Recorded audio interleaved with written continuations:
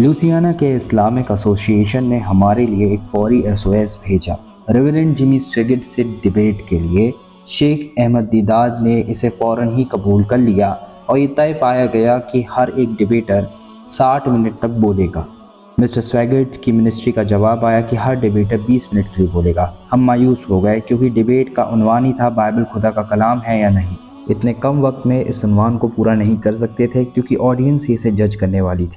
हमारे ऑर्गेनाइजर्स की कई दरख्वास्त के बाद ये तय पाया गया कि हर एक डिबेटर 40 मिनट के लिए बोलेगा। यह हैरान कुन बात है कि लोग 30 मिनट के बाद देखेंगे। मिस्टर स्वेगार्ड कह रहे हैं कि उन्होंने अपने केस का 1/3 ही बोला है। नहीं जानते कि उनकी बात से क्या समझे हम। एक से शख्स की बातों से जो अपनी ऑडियंस को कई सालों से तबलीग कर रहा है। शेख अहमद दीदात कई और मिनटों तक बोल सकते थे और अपना दावा कायम कर सकते थे कि बाइबल खुदा का कलाम नहीं है। रेवरेंड जिमी स्वेगेट ने सोचा कि वो कम वक्त में अपनी बात पॉइंट्स में कहेंगे। अब आप ही ऑडियंस फैसला करें। अस्सलामु अलैकुम वरहमतुल्लाह। आप सभी पे सलामती हो। बिस्मिल्लाहिर्रहमानिर्रहीम। अल्लाह के नाम पे जो बहुत मेहरबान है। भाइयों, बहनों और दोस्तों, मुझे बहुत खुशी हो रही है ऐसे दो बड़े शख्सियात से मिलवाकर, जो कि एक मुस्लिम दुनिया से हैं और दूसरे क्रिश्चियन दुनिया से। और मैं बता दूं कि मैं मुसलमान हूं। एक मुसलमान और मॉडरेटर होने की वजह से मुझे इस डिबेट में इंसाफ रखना होगा। मैं आप सभी को प्रोग्राम की पूरी डिटेल बता देता हूं। सबसे पहले रेवरेंड जिमी स्वेगेट आएंगे। वो यहां आकर 30 मिनट के लिए बोलेंगे। इसके बाद शेख अहमद दीदात आएंगे और वो 40 मिनट तक बोलेंगे। इसके बाद मिस्टर स्वेगार्ड दोबारा इस पोडियम में आएंगे और 10 मिनट के लिए फिर खिताब करेंगे। हमें लगा है यही इंसाफ होगा और दोनों डिबेटर्स इस बात से हामी भी भर चुके हैं। और इसके बाद आप ऑडियंस को सवाल पूछने का मौका मिलेगा। आप कोई भी सवाल पूछ सकते हैं। ये क्वेश्चन आंसर सेशन 1 घंटा चलेगा। तो चलिए डिबेट को शुरू करते हैं, जिसका उन्वान है कि क्या बाइबल खुदा का कलाम है। अल्लाह हम पर रहम फरमाए और हम मुसलमान और क्रिश्चियन इस डिबेट को अच्छी तरीके से मुकम्मल करें। मैं पेश करता हूँ रेवरेंड जिमी स्वेगेट को।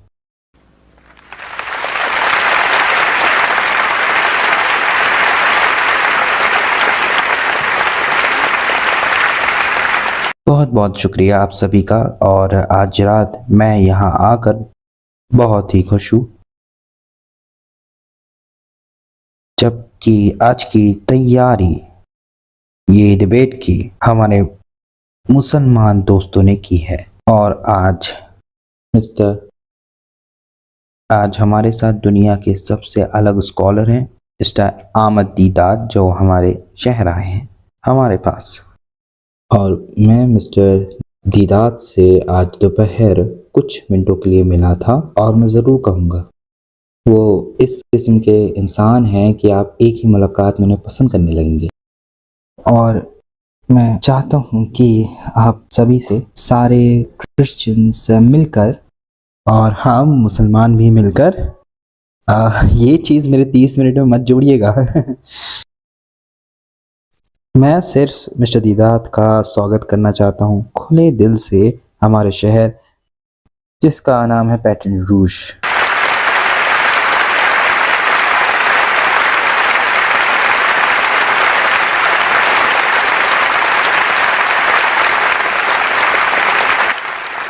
वो एक स्कॉलर है, लेकिन मैं कोई भी स्कॉलर नहीं हूँ, बल्कि मैं एक एंथुसियास्टिक बाइबल स्टूडेंट हूँ। कुछ बात छिड़ी हुई थी जब मैं और मेरी बीवी आए, तो मैंने कहा कि इस्लाम में 4 बीवियों की इजाज़त है। लेकिन उन्होंने करेक्ट करते हुए कहा कि 4 बीवियों तक की इजाज़त है। लेकिन मैंने कहा मिस्टर दीदार, क्रिश्चियनिटी तो हमें एक ही की इजाज़त देती है ताकि मुझे एक ही बार में सबसे अच्छी मिल जाए।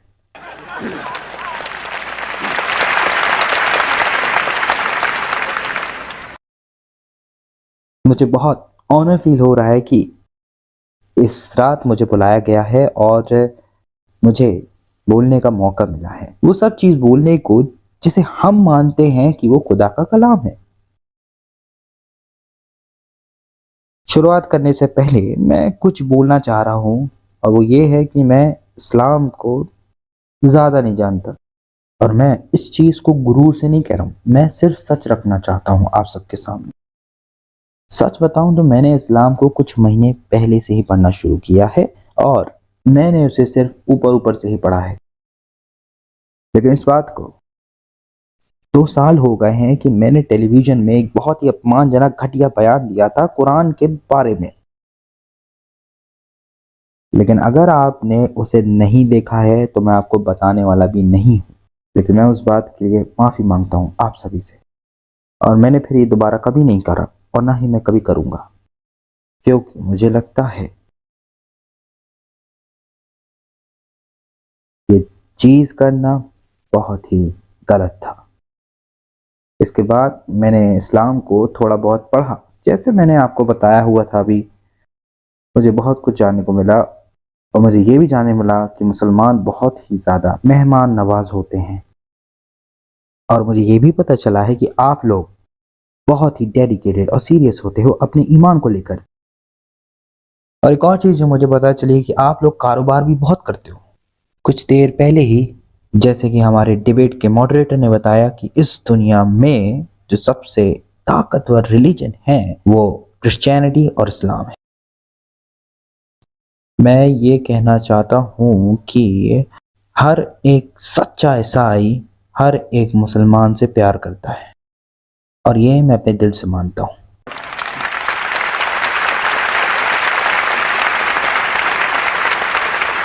ये मैं सीख गया हूँ कि हर एक मुसलमान की और हमें कुरान की इज्जत करना चाहिए। और हाँ, मैं कुरान को खुदा का कलाम नहीं मानता। मैं बिल्कुल नहीं मानता कि मोहम्मद खुदा के रसूल थे, लेकिन मैं इज्जत करता हूँ आपके यकीन, ईमान और इखलास की, वो भी पूरे खुले दिल से। जब मेरी ऑडियंस कम थी तब भी आप लोगों ने इस बाइबल को, इसी तरीके की बाइबल को मेरे हाथ में पकड़े हुए देखा होगा। 140 देशों की हर एक टेलीविजन में मैंने इसे पकड़ा हुआ है, और मैंने ये भी कहा है कि यही है खुदा का कलाम, और मैंने ये भी कहा है कि इसके अलावा कोई भी खुदा का कलाम नहीं है। हम डूब सकते हैं या तो बच सकते हैं सिर्फ इसी किताब से, और मैं इस बात में यकीन रखता हूँ सच्चे दिल से। लेकिन ये अल्फाज बहुत ही सस्ते हैं, और इनकी कीमत कौड़ियों के बराबर होती है। लेकिन आज की रात मैं अपनी बात स्टार्ट करूंगा एक पैसेज को कोट कर कर, उस आयत को जिसमें मिस्टर दीदाद और मैं ना इत्तफाकी रखते हैं। लेकिन ये उन पैसेजों में से है जिसे कहते हैं खुदा के कलाम में सबसे प्यारा पैसेज पूरी सारी दुनिया में, जो मिलेगा Saint John chapter number 3 verse number 16 में। खुदा ने दुनिया से इतनी मोहब्बत की कि उसने एक लौता यूनिक बेटा अता किया। ठीक है ना मिस्टर दीदाद? यूनिक सन, लौता बेटा, जिसने भी उस पर यकीन रखा उसे हमेशा जिंदगी मिलेगी, वो कभी फना नहीं होगा। और मैं इसी वर्स को लेकर आज रात अपनी बात रखूंगा आप सभी के सामने। मैं चाहूंगा कि आप लोग अपना सर झुका ली जब भी हम अपने परमपिता से उसकी ब्लेसिंग्स मांगेंगे, और हम दुआ करेंगे अपने परमपिता से कि वो सच साबित करने में हमारी मदद करे, जो कि हम बिल्कुल करेंगे, लेकिन तभी जब आप अपनी मदद से चाहेंगे और जैसे ही आप चाहेंगे। हर अल्फाज आपकी तारीफ के लिए निकले जैसा आप चाहते हैं और जिस तरीके से आप चाहते हैं। और अब मैं यीशु के जीसस के मुकद्दस नाम से पूछूंगा। हम जानते हैं जैसा सब कहते हैं, Christian is a man and a man.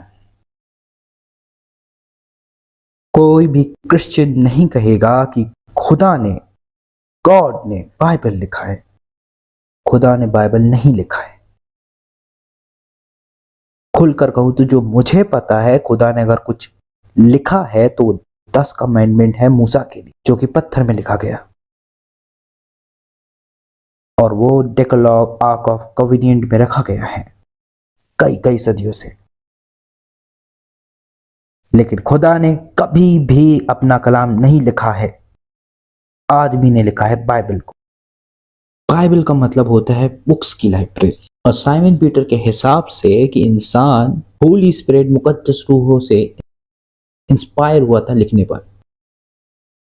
Peter ने कहा कि इसे मुकद्दस लोगों ने, पुराने मुकद्दस लोग, होली मैनों ने मिलकर लिखा, और वही लिखा जो खुदा ने भेजा। खुदा ने उनकी शख्सियत का इस्तेमाल किया और इन्हें मुकद्दस बनाया, और इस काम के लिए उन्होंने उनके तरीके, उनकी सूझबूझ सबका इस्तेमाल किया ज़रूरत पड़ने पर। मतलब ये कि उन्होंने अपने प्लान को मुकम्मल करने के लिए इन लोगों का इस्तेमाल किया, पूरी इंसानियत के लिए। उन्होंने इंसानों को चुना इस चीज़ को लिखने के लिए, ताकि वो आसान शब्दों में लिख पाए और लोग समझ पाए इस चीज़ को। पूरी दुनिया में इस जैसी कोई भी किताब नहीं है जिनकी आयतों को टेक्सचुअली क्रिटिसाइज किया गया हो। बल्कि मुझे बहुत ही छोटा महसूस हो रहा है इस जैसी बड़ी किताब को हाथ में लेकर बहस कर रहा हूँ। और जब मुझे पता चलता है कि दुनिया के कुछ सबसे ऊंचे स्कॉलर्स बिना मतलब के बाइबल की आयतों को बार बार ऐसे देखते हैं, मतलब कि कोई खर्च नहीं, कोई कोशिश नहीं, कोई दावा नहीं, कोई मतलब कुछ समझने की कोशिश नहीं। मैंने इस बाइबल को पढ़ा है, इतनी बार पढ़ा है जितना हो सकता था उतना ही इल्म हासिल किया है। और मैंने पढ़ा है इसे दोनों हिब्रू और ग्रीक में। बाइबल की पहली सूरा जो लिखी गई है तकरीबन 3500 साल पहले, जहां तक मेरी नॉलेज है, और ये वही के दौर की सबसे पुरानी किताब है। और हम मानते हैं कि मूसा ने लिखा है एक ऐसी चीज जिसे कहते हैं पेनेटूच। वो 5 किताबें एक्सेप्शन हो सकती है उन आखिरी की आयतों की, डिट्रॉनमी में।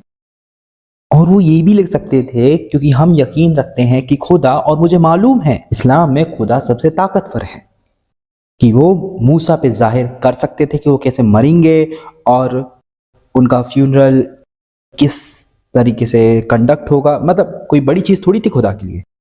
लेकिन उसने लिखा या फिर खुदा ने लिखा, ये 3500 साल पहले लिखा गया। और खुदा का कलाम लिखने वाले, जैसे कि बहुत लोगों को पता है कि वो 40 आदमी थे किसी मखसूस वक्त या किसी मखसूस जगह के दौरान। और तकरीबन 16 से 1800 साल पहले जो आखिरी किताब लिखी गई, लगभग 100 साल के बाद, जब लॉर्ड जीसस का उरूज हुआ, रिजरेक्शन, उठाए गए थे, वो अपोस्टल जॉन ने लिखी।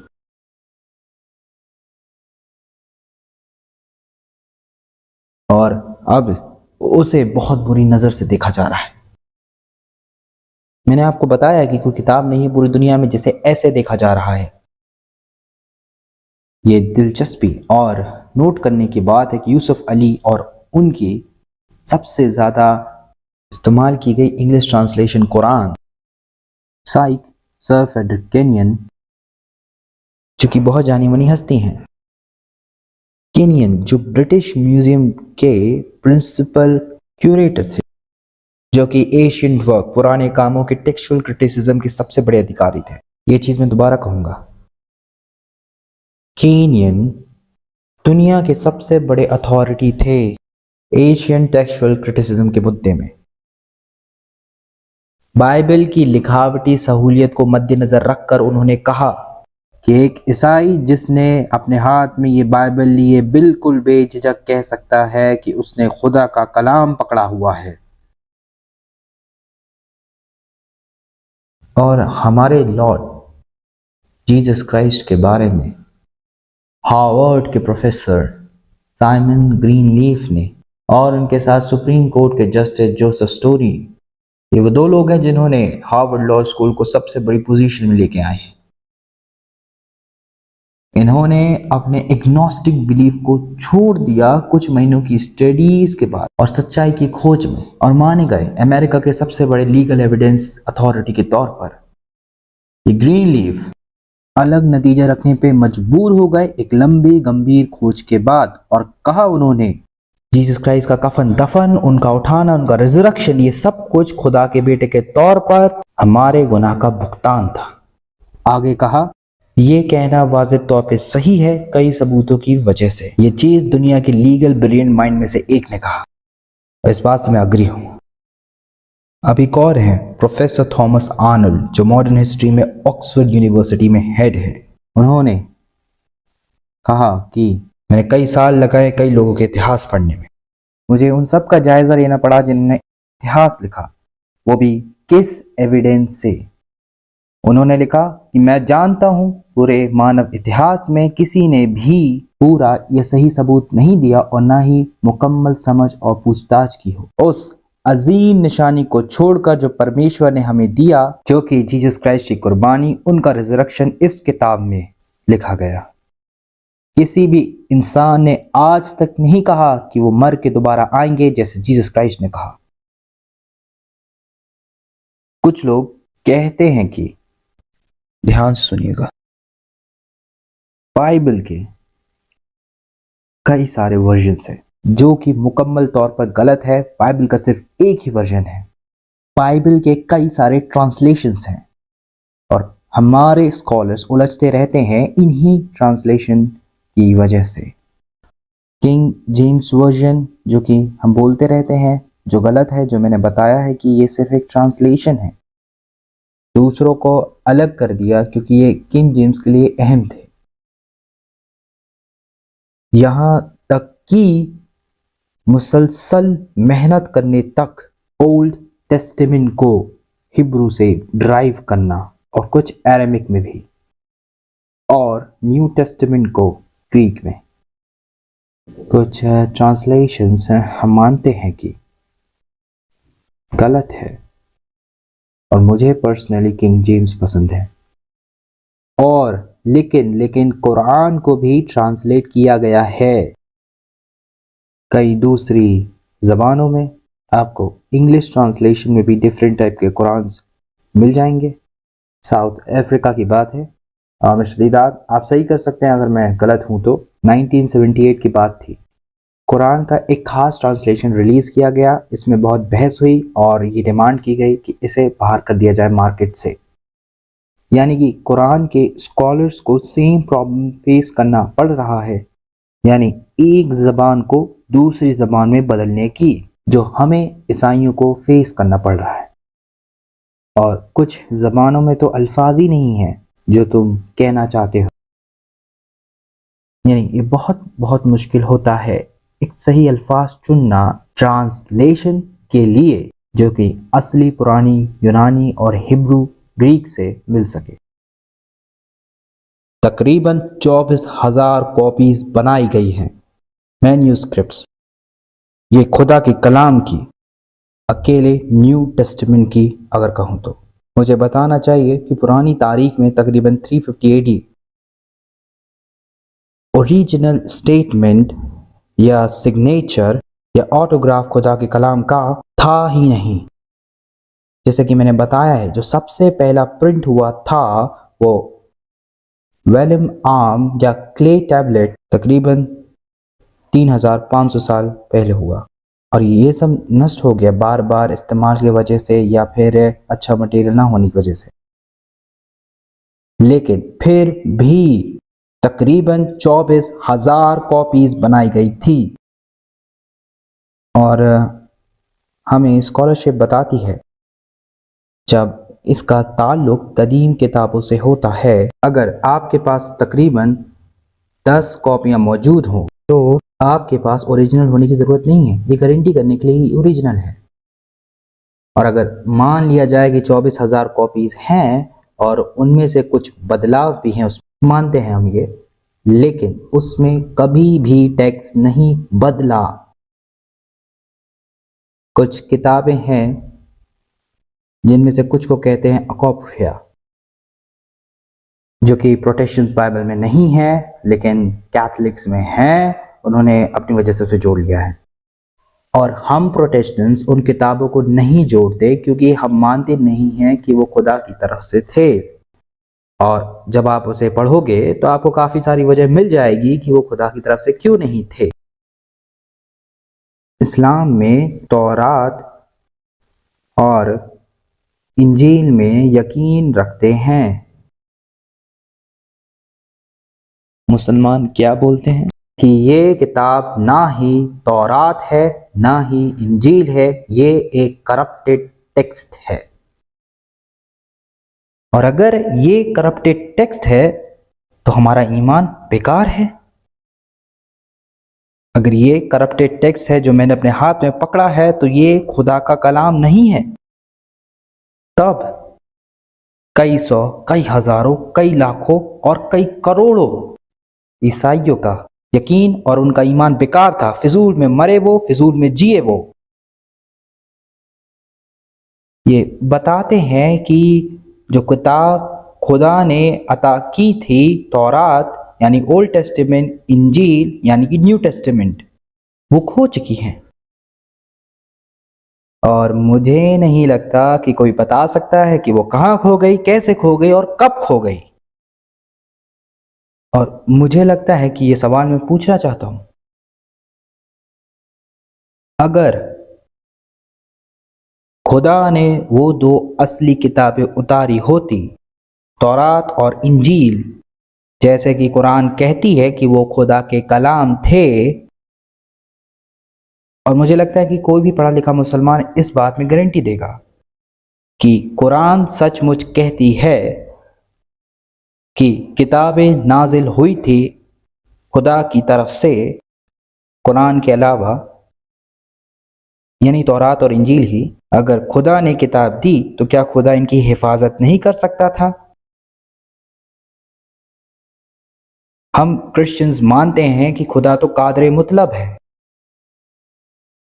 और यही चीज इस्लाम भी मानता है। खुदा अगर कादिर मुतलब है तो उसे हिफाजत करने में थोड़ी ना मुश्किल जाती और वो थोड़ी ना खो जाती। मोहम्मद ने भी कुरान में कई बार इन किताबों का जिक्र किया और दूसरी मुकद्दस किताबों में जो लिखी गई थी। और आज रात मैं पेश कर रहा हूँ वही ओल्ड टेस्टामेंट जो मैंने पकड़ रखी है अपने हाथ में। ये वही ओल्ड टेस्टामेंट है जो मोहम्मद के दौर में थी, उनके समय में थी। ये बदली नहीं गई है। ये इंजील या फिर ओल्ड टेस्टामेंट जो मैंने अपने हाथ में पकड़ी है, ये वही सेम किताब है जो चर्च के पास थी मोहम्मद के दौर में। खुदा ने हिफाजत की, हमारा ईमान बर्बाद नहीं हुआ।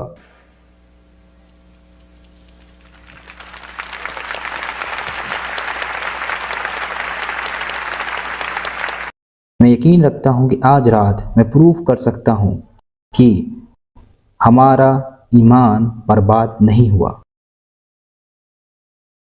ये मैं मानता हूं कि यहाँ जितने भी मुसलमान हैं ये चीज़ जानते हैं कि मोहम्मद के गुजरने के बाद कुरान के कई सारे वर्जन थे जो कि यहाँ वहाँ फैले हुए थे, और इंस्ट्रक्शंस दिए गए इस्लाम के कई मुस्लिम डॉक्टरों के द्वारा कि खलीफ ऑटोमन ने स्टैंडर्डाइज फॉर्मुलाइज बदलाव से। मालूम नहीं कितने मुसलमान जानते हैं इस बारे में। मोहम्मद को गुजरे हुए ज़्यादा वक्त भी नहीं हुआ था, क्योंकि कुरान के कई सारे टेक्स्ट थे। हम कुरान के बारे में नहीं पढ़ रहे हैं, मैं सिर्फ बताना चाह रहा था आप लोगों को। और इन सब को मुख्तलिफ तौर में पढ़ा जा सकता है। और उनके खिलाफत के समय में उनके पास रिपोर्ट आई कि मुसलमान आर्मेनिया, सीरिया और इराक में कुरान को ऐसे पढ़ रहे हैं जिस तरीके से अरब में नहीं पढ़ा जा रहा। खलीफत ऑटोमन ने फौरी तौर पर कुरान की मैन्यूस्क्रिप्ट को मंगवाया, जो कि उस समय हफ्सा के पास थी, अगर मैंने उसका नाम सही बोला हो। मोहम्मद की बीवियों में से एक और उमर की बेटी थी। और ऑर्डर दिया जैद बिनते तिबित और 3 अलग लोगों को कि वो कुरान की कॉपी बनाए और कुरान को सही करे जहां भी उनको लगे। इसे ध्यान से सुनिए, जहां भी उन्हें लगे वो सही करे। जब ये सब खत्म हो गया तो खलीफत ऑटोमन ने बहुत कठोर एक्शन लिया। जो दूसरी कुरान की मैन्यूस्क्रिप्ट वजूद में थी, ऑटोमन ने भेजा हर एक मुसलमान सूबे में वो कुरान है जो उन्होंने कॉपी की थी। और इन कुरानों के अलावा ऑर्डर दिया कुरान की दूसरी मैन्यूस्क्रिप्ट को, हर एक टुकड़े को, हर एक चीज को पूरी तरीके से जला दो। अगर उन किताबों में हेरा फेरी नहीं होती तो मैं सोचता हूं कि उसने जलाने को क्यों कहा, जबकि बाइबल को जलाने का वही लोग हुक्म देंगे जो उससे नफरत करते हैं। लेकिन क्या कभी किसी ने एक्सप्लेन किया है कि कुरान के कितने सारे पैसेज, हाँ वाकई में अच्छी बुक है, वो सुंदर और अलग किताब है, लेकिन इस किताब में कितनी सारी यहूदियों की किस्से कहानियां कॉपी की गई हैं, जरा खुद सोचो। लेकिन अब मैं देखना चाहूंगा मुबैना एतजाज़ों को जो खुदा के कलाम में पाए जाते हैं, और उसी से मैं प्रूफ करूंगा कि ये खुदा का कलाम है। 2 Samuel 24:1 and 1 Chronicles 21:1 उसमें लिखा है कि खुदा ने डेविड को उकसाया। वहीं 2 सैमुएल में लिखा है कि शैतान ने डेविड को उकसाया। अब ये चीज़ मुख्तलिफ कॉन्ट्रडिक्शन लग रही होगी। बिल्कुल, अगर खुदा का कलाम किसी ने भी पढ़ा होगा तो उसे पता होगा खुदा के बारे में कहा जाता है कि वो वही करता है जो वो चाहता है। सच बताऊं तो कुरान में भी यही चीज़ लिखी हुई है, बिल्कुल खुदा के बारे में। दोबारा कहूंगा, यहाँ पे कोई भी कॉन्ट्रडिक्शन नहीं है। खुदा ने कई बार, सबसे ज़्यादा ओल्ड टेस्टामेंट में ये चीज़ है कि उन्होंने अपने आप को जिम्मेदार बताया है उन चीज़ों का जो कुछ भी वो चाहते हैं, और सचमुच वही जिम्मेदार हैं हर चीज़ों के। 1 किंग 4:26 में सोलोमन के पास 40,000 स्टॉल्स थे घोड़ों के, वहीं 2 क्रॉनिकल्स में उसके पास 4,000 स्टॉल थे घोड़ों के। तो क्या ये चीज़ कॉन्ट्रडिक्शन है क्योंकि नंबर अलग है? बिल्कुल है, बिल्कुल सीधा साधा। लेकिन ये एक ही कहानी के बारे में है। काफी सारे इंसिडेंट्स हैं खुदा के कलाम में जो एक ही चीज के बारे में बात कर रहे हैं, लेकिन अलग तरीके से। जहां एक चीज के बारे में बताया जा रहा है और थोड़ा सा नंबर बदल दिया जाता है, वहीं दूसरी चीज के बारे में बताया जा रहा है और थोड़ा नंबर बदल दिया जाता है। जैसे एक आयत में कह रहा है 2000, वहीं दूसरी आयत में कह रहा है 3000। सेंट जॉन 8 आयत 13-11 में बताया जा रहा है एक औरत के बारे में जिसने जिना किया। और कुछ कहेंगे कि ये चीज असली किताब में है ही नहीं, ये तो आरोप है, फेर बदल है किताब में। अलबत्ता जो बेसिक बुल कैप है सीरिया में, जेरूसलम में, यूथोपिया में, वहां के पादरी बताते हैं ये चीज पुराने मैन्यूस्क्रिप्ट में लिखी हुई थी। तो ये सब पुराने मैन्यूस्क्रिप्ट में था, बिल्कुल था। कुछ अक्षर हैं खुदा के कलाम में, 2 किंग 19, आयशा 37, ये दोनों चैप्टर एक जैसे हैं लफ्ज व लफ्ज। वाह, अगर खुदा ने उसे एक बार बता दिया है तो क्या वो दोहराएगा? क्यों नहीं? यीशु ने खुद कई बार दोहराया था। कुरान की सूरा 32:5 में हजारों सालों का जिक्र है, वहीं सूरा 72 में 5000 सालों का। एक दिन 1000 साल है, वहीं एक दिन 5000 साल। क्या ये कॉन्ट्रडिक्शन नहीं है? अब सुनना मैं क्या बोल रहा हूं। अगर ये किताब करप्टेड टेक्स्ट होती, ये गलत होती या धोखाधड़ी होती, तो तुम्हें नहीं लगता कि फ्रॉड्स ने इसे हटा दिया होता? ये बिना प्रूफ वाले कॉन्ट्रडिक्शंस को खुदा के कलाम से? कभी तुमने इसके बारे में सोचा है?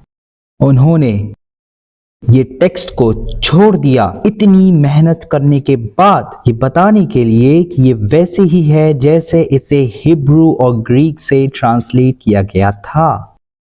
तो फिर ऐसा क्या हुआ कि खुदा के कलाम में इतने ज्यादा कॉन्ट्रडिक्शंस है? सिंपल सी बात है, उन दिनों उनके पास जेरोक्स कॉपी थोड़ी थी और ना ही उनके पास कंप्यूटर्स थे। उन्हें हाथ से कॉपी करना पड़ता था और कभी कभी कॉपी करने में गलतियां हो जाती हैं। और मुझे लगता है कि इस्लाम में हमारे भाई इस बात से इत्तेफाक रखेंगे। जीनियोलॉजी में मैथ्यू और ल्यूक में, मैथ्यू में जोसेफ की फैमिली ट्री के बारे में बताते हैं, वहीं ल्यूक में मैरी की फैमिली के बारे में। अगर टेम्पल ऑफ जेरूसलम में अगर कुछ भी गलत होता तो, मेरा टाइम खत्म हो रहा है ओके, अगर कुछ भी गलत होता क्राइस्ट की जीनियोलॉजी के बारे में, वो फौरन ही इस बात को छेड़ देते, लेकिन ऐसी कोई नौबत ना आई। ये किताब इतिहासों की किताब है। इस किताब में कई हजार सालों की बातें हैं और कई हजार लोगों की कहानियां हैं, और आज तक किसी आर्कियोलॉजिस्ट ने एक लफ्ज को भी गलत साबित नहीं कर पाया है। हजारों लाखों ने, इसमें से न एक आयत को हिलाया गया है, न छेड़छाड़ की गई है, और मैं दोहराऊंगा दोबारा, एक भी आर्कियोलॉजिकल इसमें मिस्टेक बिल्कुल नहीं है।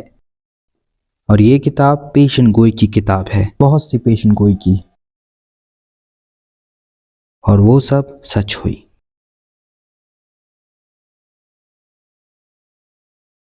मैं अपनी बात को ख़त्म करूंगा, मेरे पास सिर्फ 3 मिनट है और मैं एक तिहाई ही बोल पाया अपनी बातों का।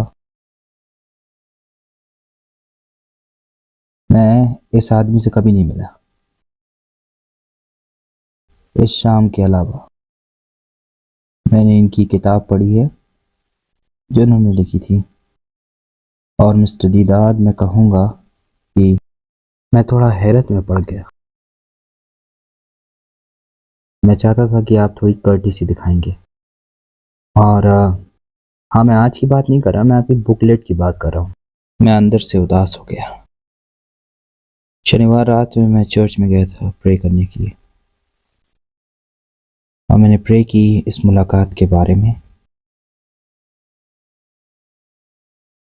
और मैं विश्वास रखता हूँ कि लॉर्ड ने मेरे दिल से बात, और मैं आपकी इज़्ज़त करूँगा आपकी उम्र और आपकी स्कॉलरशिप की वजह से, और आप इसे डिज़र्व भी करते हैं।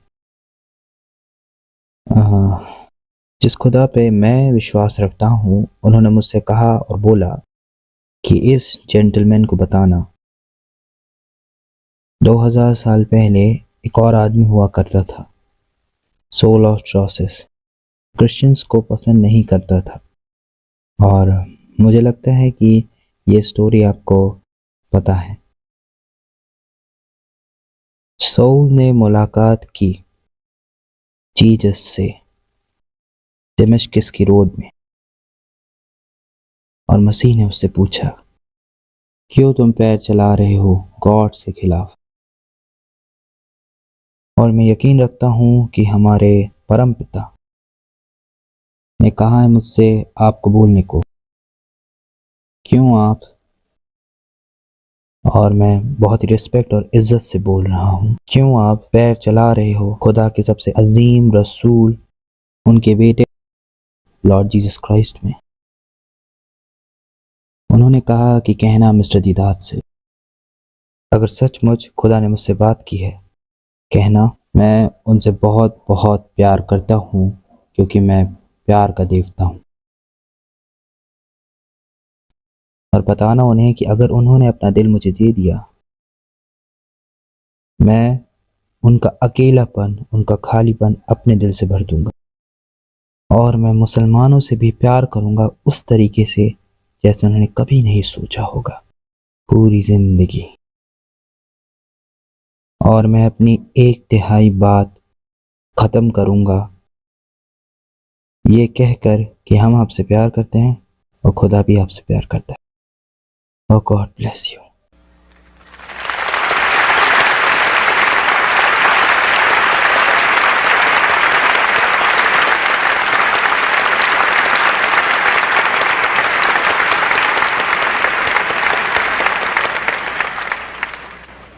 और अब मिस्टर अहमद दीदाद।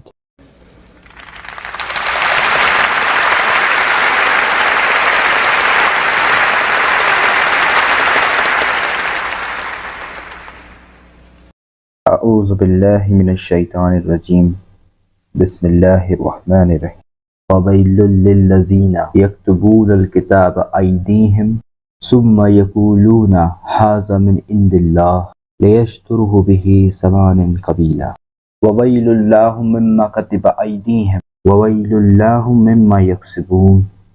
सदक़ल्लाहुल अज़ीम। मिस्टर चेयरमैन और मेरे क्रिश्चियन भाइयों, अब जो कि मैं सीधा मुद्दे में जाना चाहता हूँ, लेकिन जो आखिरी में मिस्टर स्वेगार्ड ने मुझे बोला है वो मुझे मजबूर कर रही है अपने ईमान का एतराफ़ करने को। और वो ये है कि हम मुसलमान सिर्फ एक लौते हैं गैर ईसाई अकीदे वाले जो कि दावा रखते हैं ईसा इब्ने मरियम पर यकीन रखने का। एक मुसलमान मुसलमान नहीं है जब तक वो ईसा पर यकीन न रखे। हम ये यकीन रखते हैं कि जीसस क्राइस्ट एक अजीम पैगंबर थे। हम यकीन रखते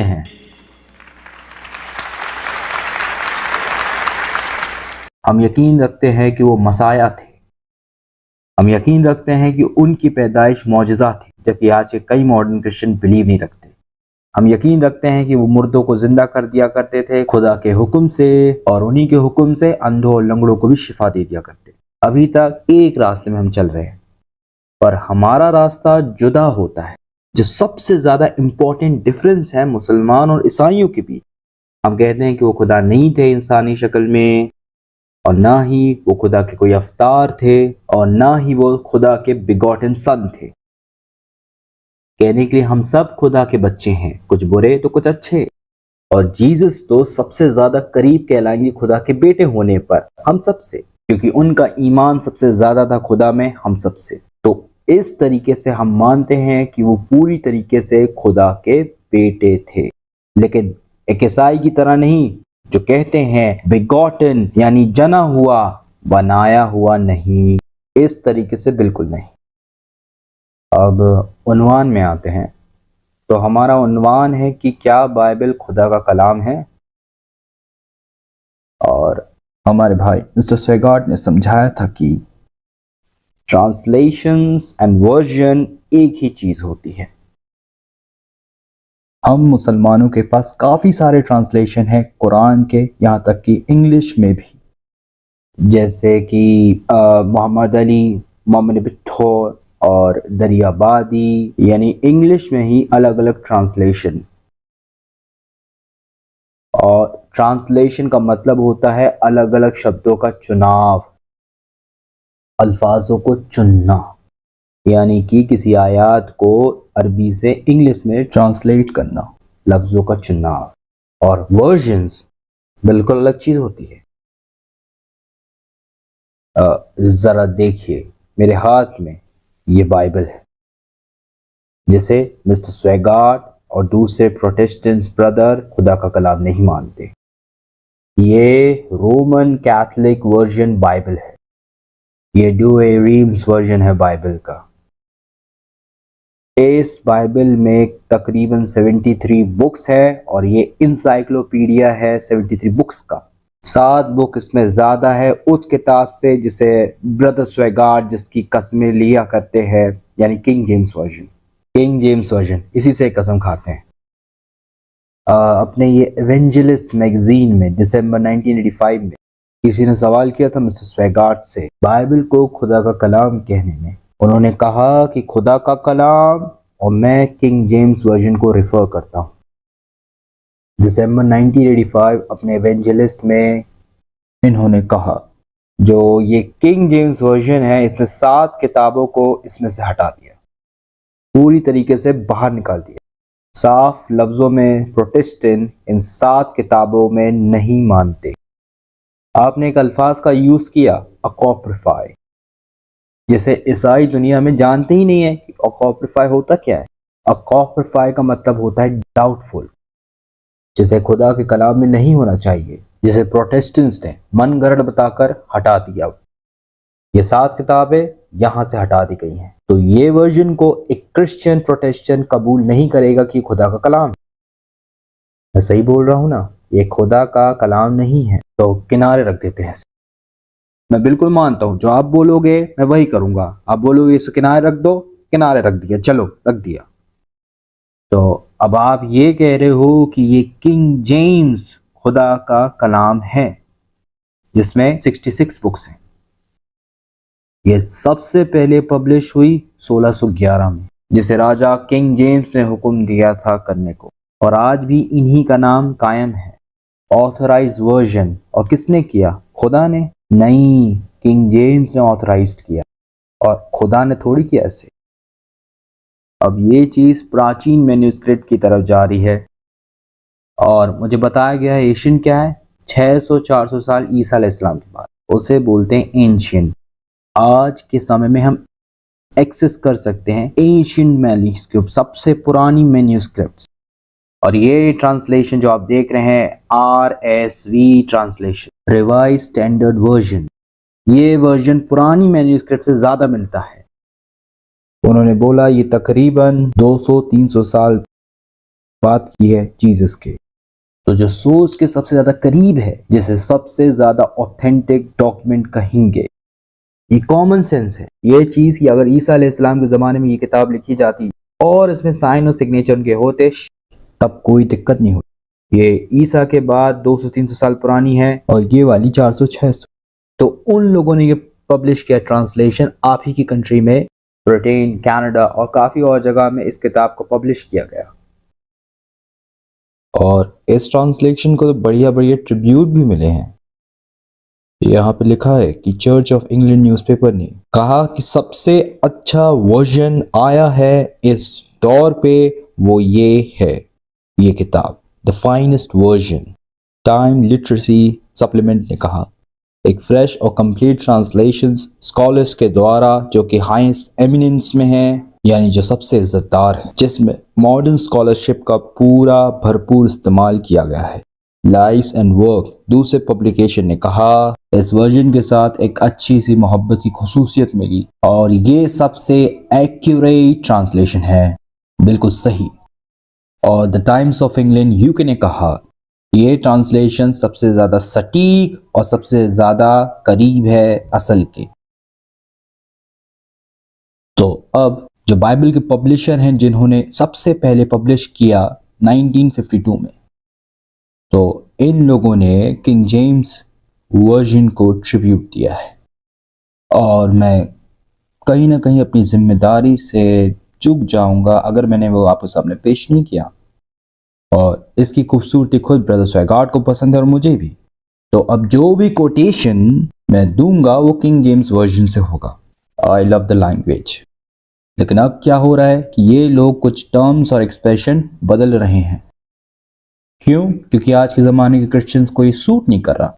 जैसे मान लीजिए वही कोटेशन जो मेरे भाई स्वेगार्ड ने कहा था, जिसमें पॉल दमिश्क के रास्ते में जहां वे दमिश्क के रास्ते में जाने वाले ईसाइयों को सताते हैं और फिर विजन देखते हैं जहां पे ईसा नाजिल होते हैं और उसे कहते हैं हिब्रू बोली में, सॉल सॉल क्यों सताते हो मुझे, क्यों प्रिक्स के खिलाफ पैर मारते हो। ये एग्जैक्ट कोटेशन है किंग जेम्स वर्जन से, जहां पे ब्रदर स्वेगार्ड ने मुझे नहीं मालूम क्यों यूज किया गोट्स का। मैं ईसाइयों से पूछता हूँ कि क्या है इसका मतलब, लेकिन कोई नहीं जानता क्या है। मैं पूछ रहा हूँ कि अल्फाजों को क्यों बदल रहे हो, अगर उसमें प्रिक्स लिखा है तो प्रिक्स बोलो। ये है original language king James version से। लेकिन अब गोट्स की बात करें, गोट्स मैंने अपनी जिंदगी में कभी नहीं सुना इसके बारे में। एक नया अल्फाज है, नई टर्मिनोलॉजी है। अल्फाजों को बदलना, ट्रांसलेशन को बदलना, फिर भी मैं बोलता हूं चलो ठीक है, ओके गोट्स।